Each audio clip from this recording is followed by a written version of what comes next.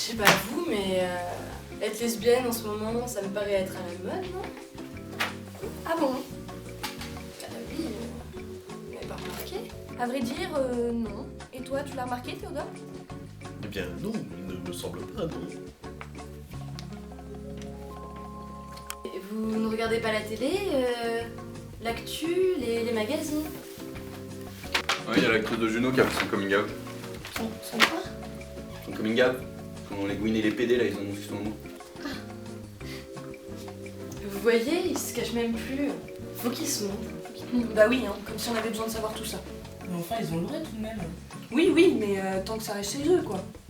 Oui, nous ne voulons pas le savoir. Comme si moi j'annonçais à tout le monde que j'étais hétéro. On s'en fout, non? Totalement.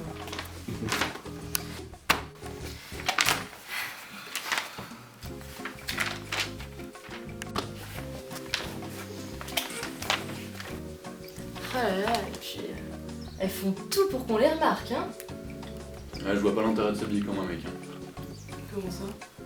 Vous voyez bien, elles ont toutes les cheveux courts, une dégaine particulière, des piercings. Les poils sous les bras. Ah bon, mais pourquoi? C'est mental, je pense. Oui, elles sont sans doute un petit peu torturées, n'est-ce pas? Torturées. Mais tu réfléchis un peu à ce que tu dis? Moi, je pense qu'elles sont malades. Pas forcément, ce sont juste des personnes en marge de la société, dues à leurs problèmes de drogue, que sais-je encore. Du coup, ils sont très influençables. Donc pour vous, tous les homos sont des drogués. Ne rentrons pas dans les généralités, mais faut avouer que la plupart, oui. Et comment ça se fait? Alors, on voit bien à leur comportement, ma foi, un peu exubérant. Oh, regardez par exemple celles qui montrent leur sein, n'est-ce pas, pour revendiquer leurs droits. N'est-il pas? Vous voulez parler des femelles? Bien sûr, voyons. Bah, elles sont pas tous lesbiennes. Enfin, presque toutes, si. Et elles revendiquent quoi? Sans doute le mariage pour tous. Surtout pour ce qu'elles en font après, je ne vois pas l'utilité. Ah, les liens sacrés du mariage. C'est bien la peine de leur donner le droit du mariage. Sachant que ces gens-là ont plus facilement des triangles amoureux. Ils sont malsains. Et c'est quoi un triangle amoureux?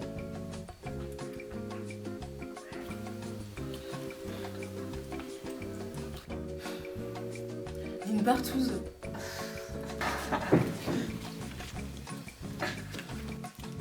Mais non, c'est un amour à trois, très fréquent chez les gens du même sexe. C'est clairement une ouverture au libertinage.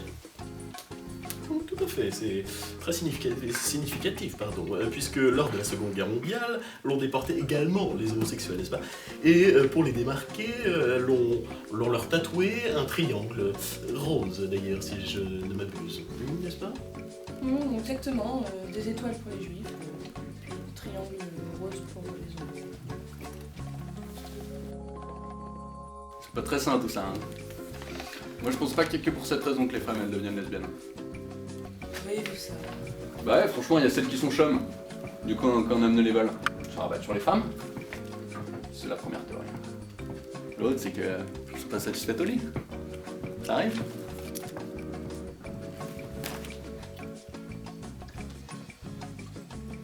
Ou bien ils ne savent pas faire la différence entre amis et amour. En tout cas, il est certain qu'il y en a plus qu'avant. Mais qu'il est bête, bien sûr que non. Il y en a autant qu'avant, chez les Grecs en particulier, durant l'Antiquité. Enfin, on a bien eu le temps d'évoluer depuis. Je suis bien d'accord pour dire qu'on les remarque de plus en plus. Madame Farjas, c'est à vous.